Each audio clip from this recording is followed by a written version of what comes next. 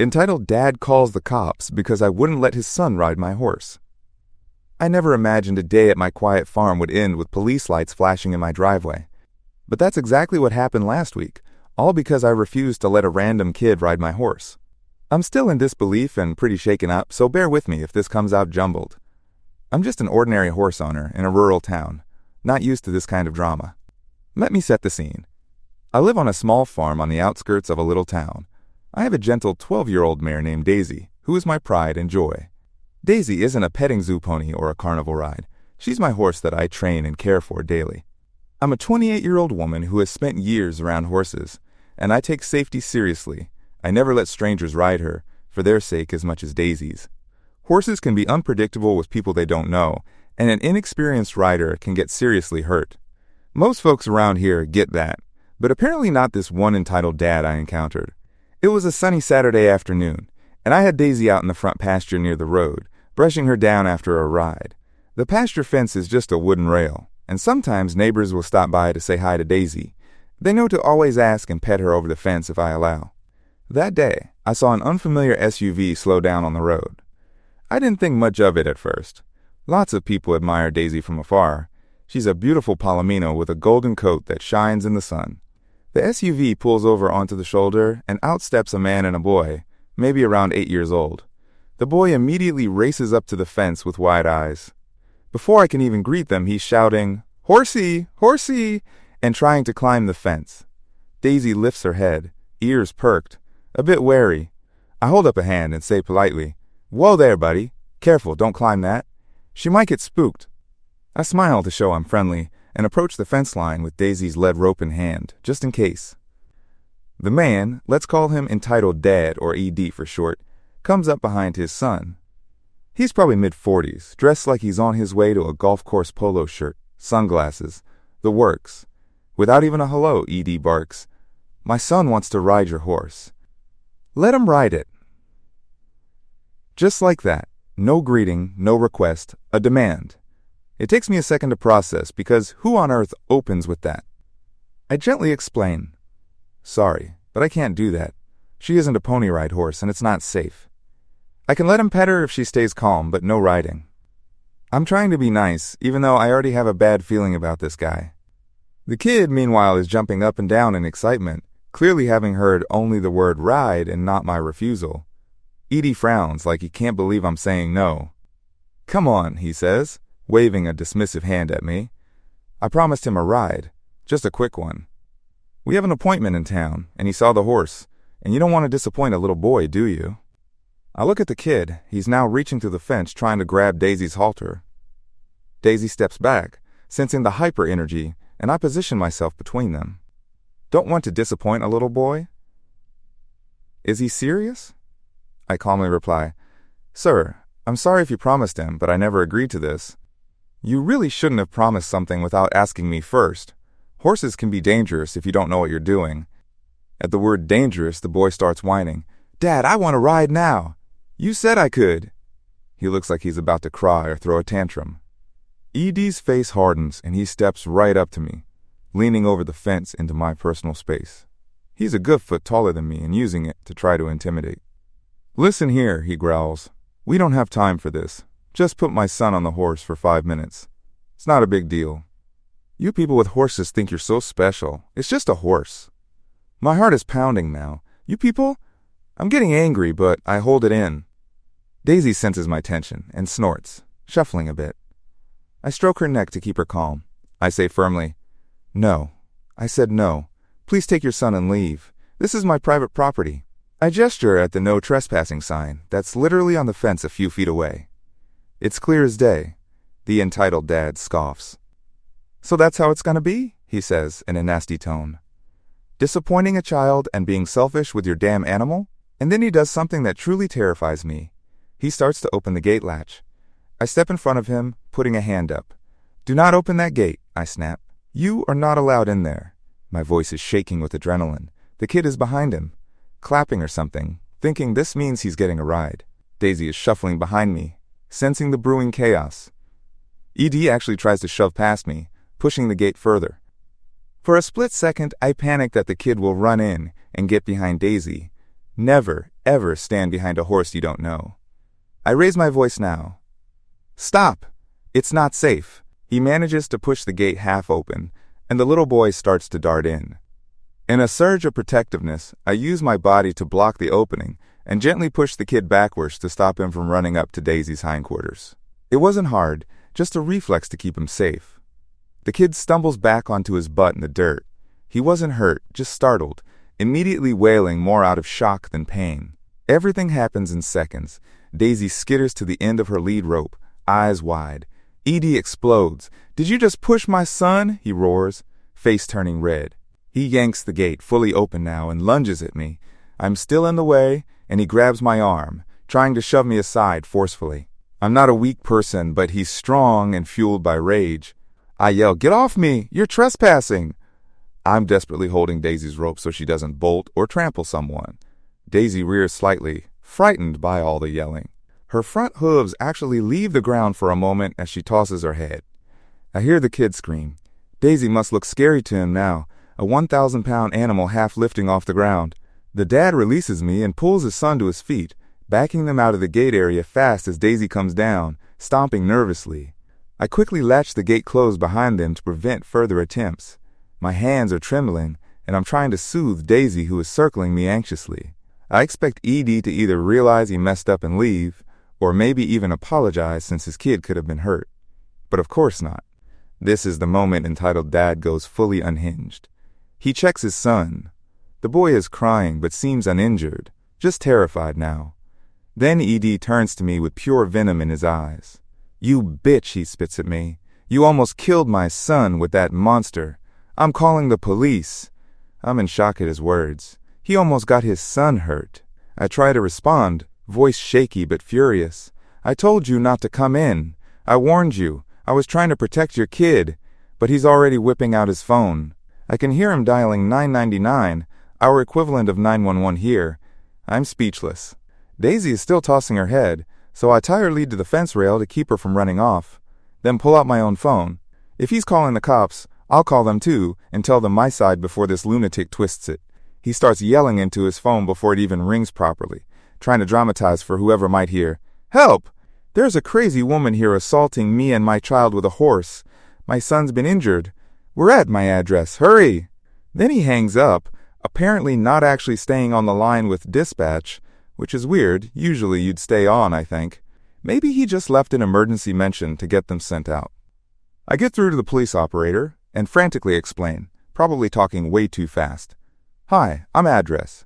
A man trespassed on my property and tried to put his child on my horse without permission. There's been a confrontation.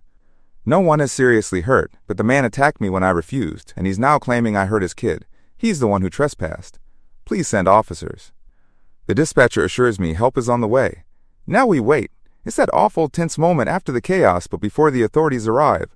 ED is pacing with his sobbing kid by their SUV, and I'm standing inside my fence with Daisy, who is calming down now that it's quiet again. I can hear the dad muttering into his phone, maybe filming me? Oh great, he's pointing his phone camera at me over the fence.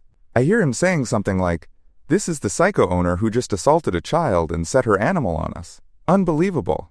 I yell back, "I have it on camera too, jerk." Small lie. I do have security cams on my property, but I'm not sure if they caught this angle. I just hope. The wait felt like forever, but was probably just a few minutes. My heart was hammering in my chest the whole time. I kept talking softly to Daisy, and also took photos of ED and his license plate from a distance with my phone, just in case. ED kept shouting things across the fence like, "You're gonna be arrested! You're done for!"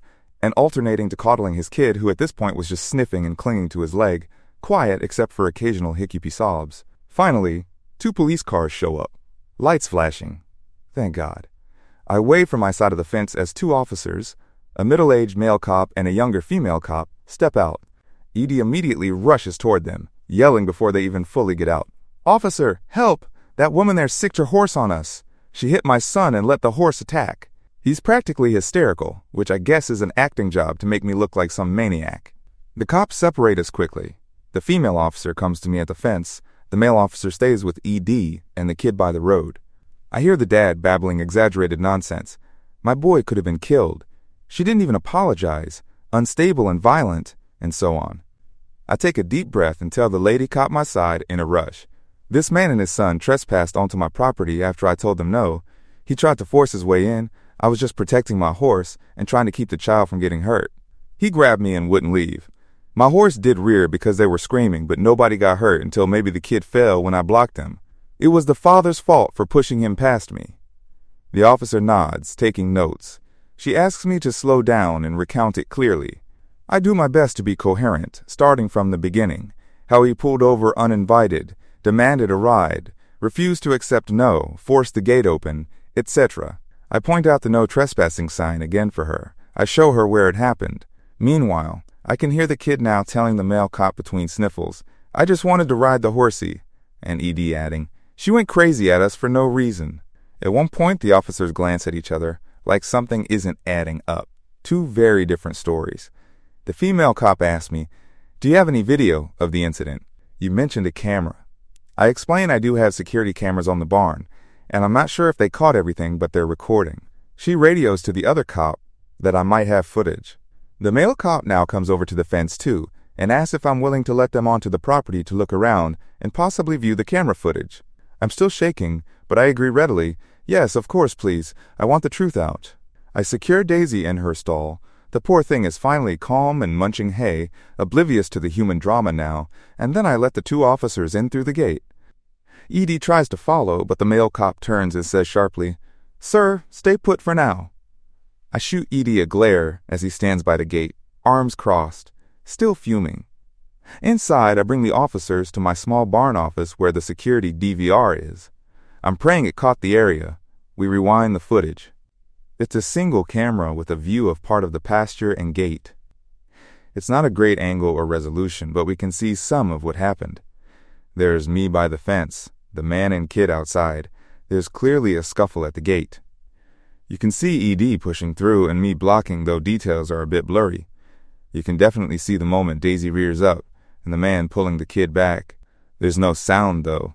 The officers watch carefully.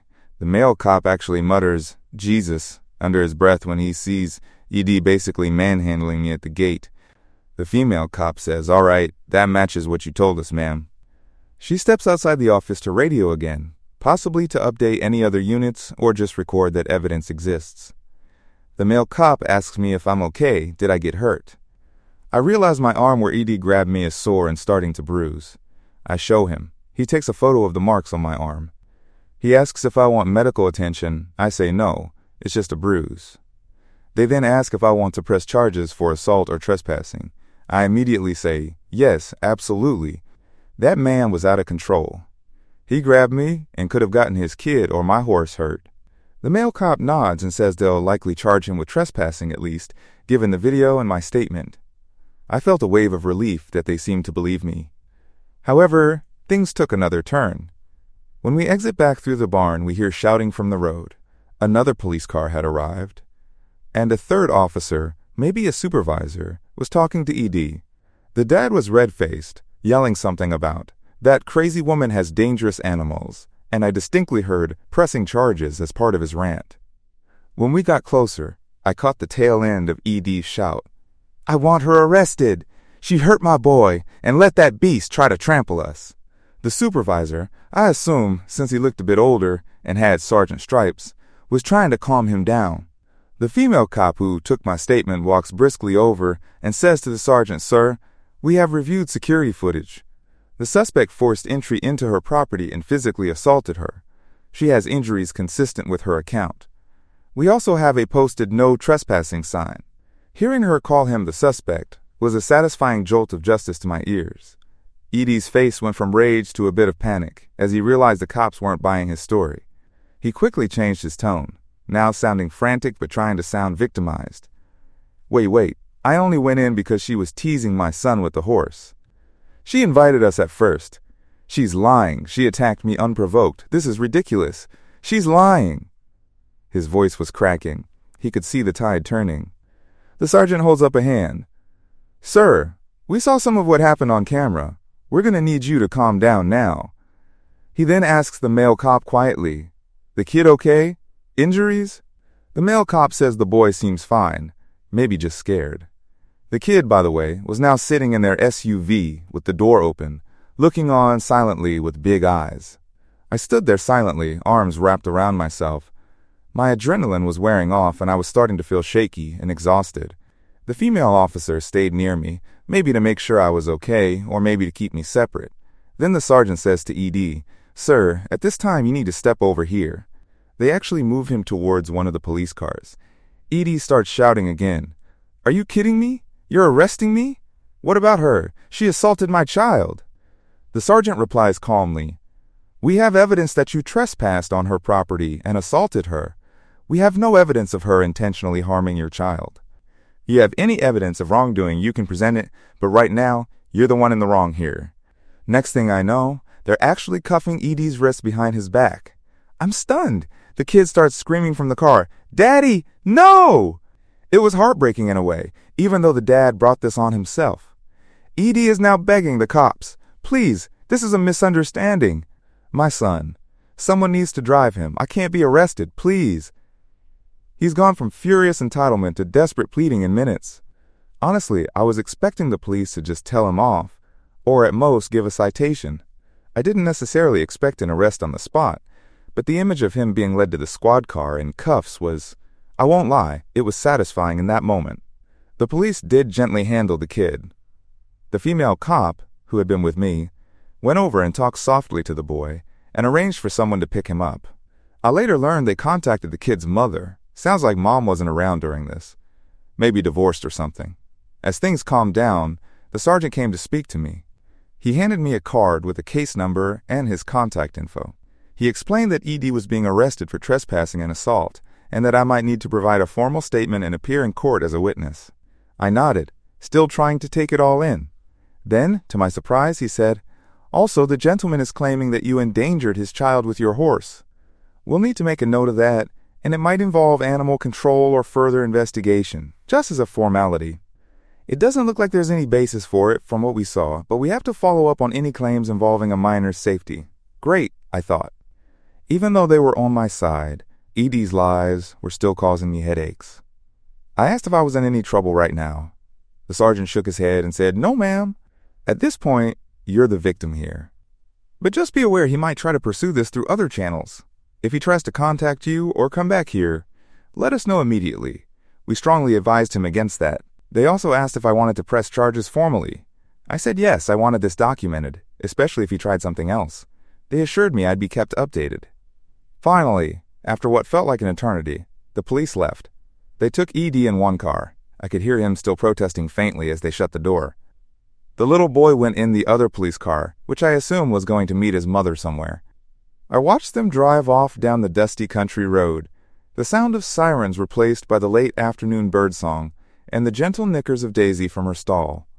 I was alone again, safe on my property, but my hands were shaking and I realized I was crying silently, just from the overwhelming stress of it all.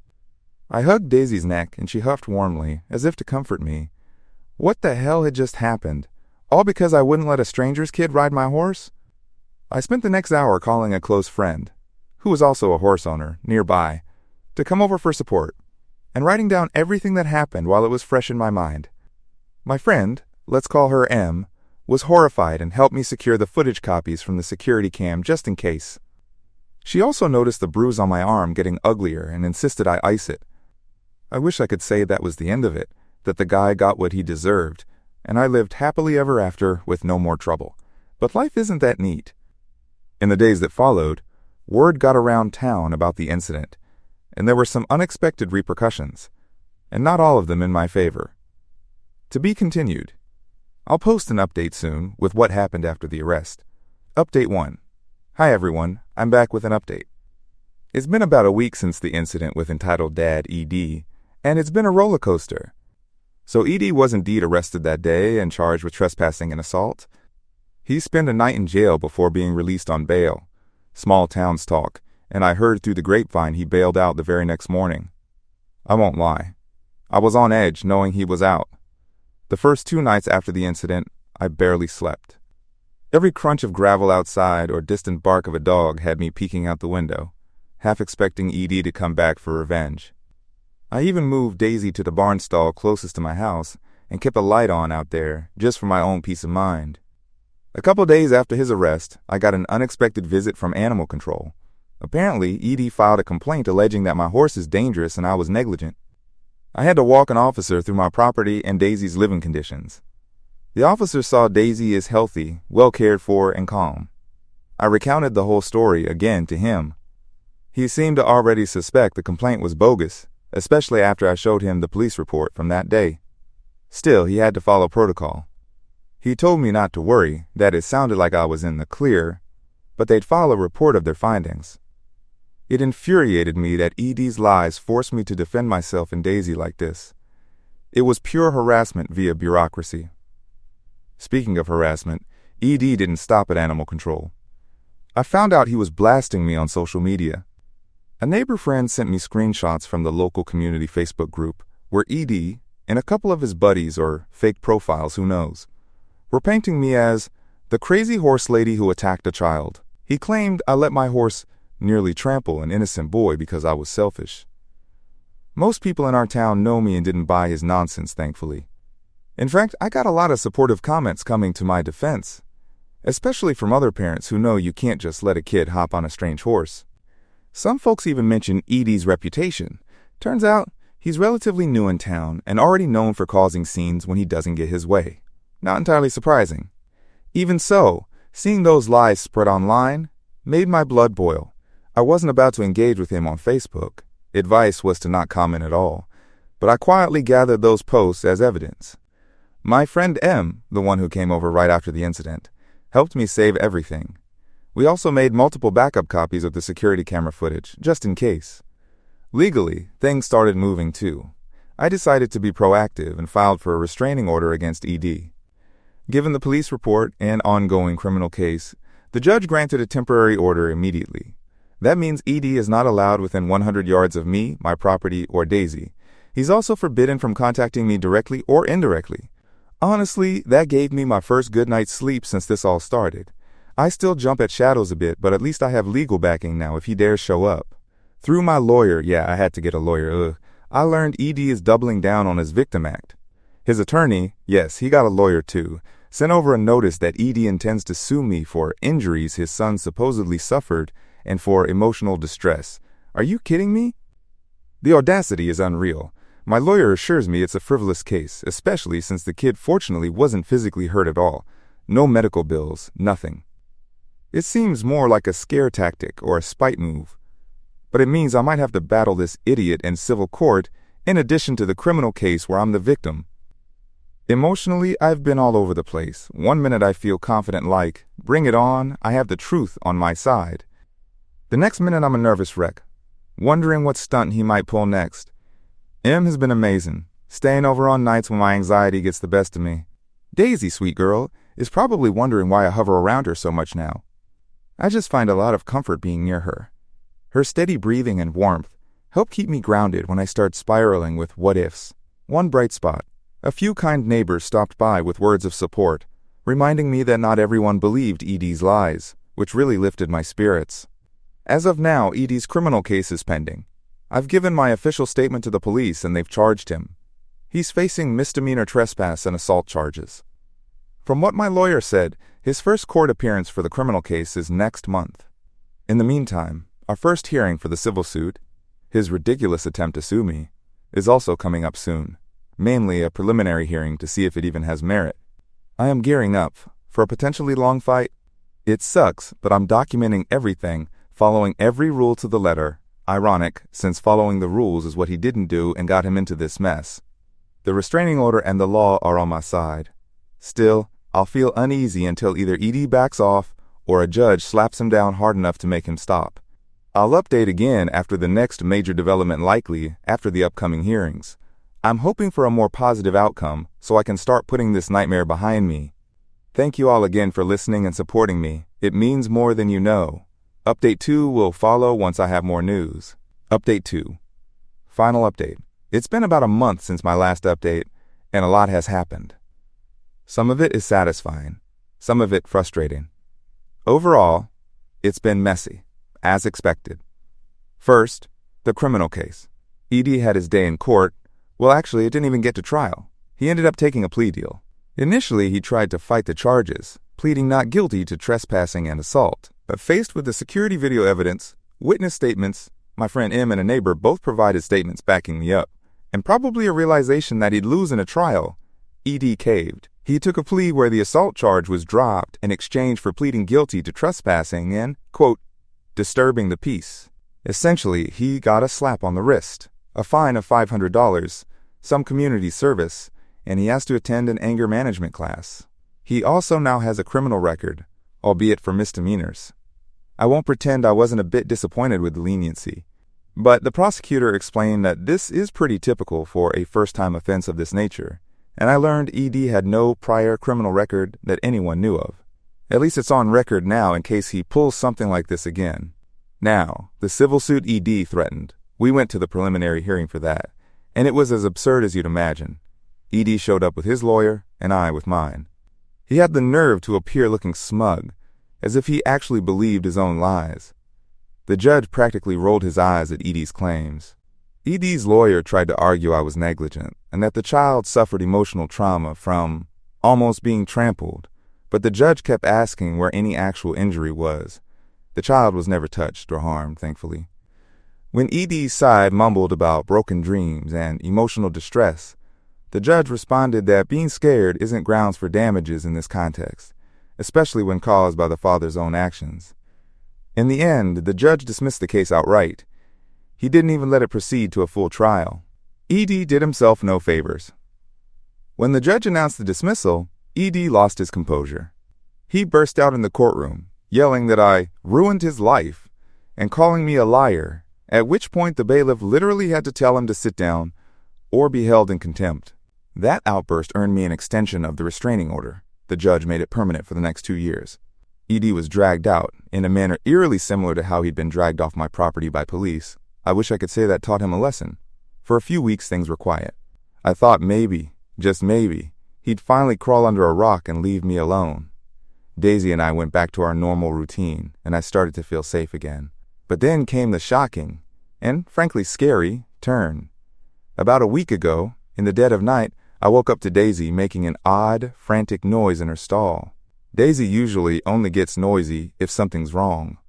I looked out my bedroom window toward the barn and saw a faint beam of light moving in the darkness. My stomach dropped and my heart started pounding. Someone was out there.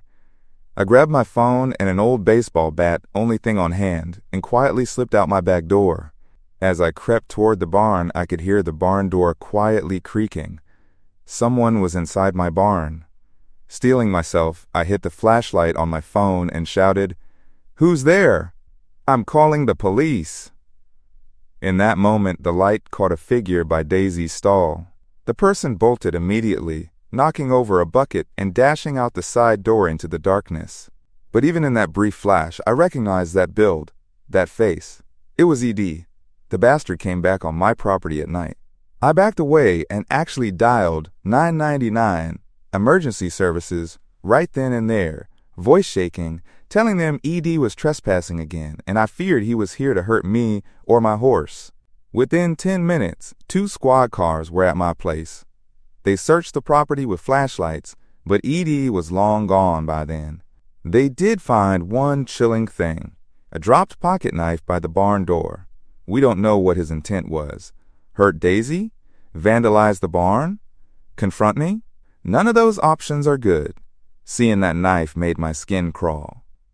I nearly threw up at the thought that he might have been here to hurt my sweet girl, or even harm me if I walked in on him. It was pure luck, or maybe Daisy's instincts, that I woke up when I did. Honestly, Daisy probably saved us both by raising the alarm. The officers took my statement again and were livid. They immediately added a restraining order violation to his charges and put out a warrant for ED's arrest for this new offense. As of now, ED has vanished. The police went to his house and found it cleaned out, and neighbors said they saw him speed off at dusk with his son. I barely slept a wink after the police left. Every time the wind rustled the trees or a floorboard creaked, my heart would leap into my throat. By morning, I was exhausted and emotionally drained. Em insisted on coming over first thing with coffee and breakfast. She helped me survey the barn in daylight for any damage. There was none, thankfully, aside from the mess ED made in his rush to leave.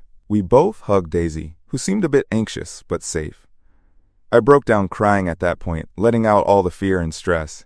Em just held me while I sobbed into Daisy's neck. It hit me how much worse it could have been if Daisy hadn't alerted me, or if ED had caught me unaware. It seems he skipped town entirely to avoid getting arrested again. All this because I wouldn't let his son ride my horse.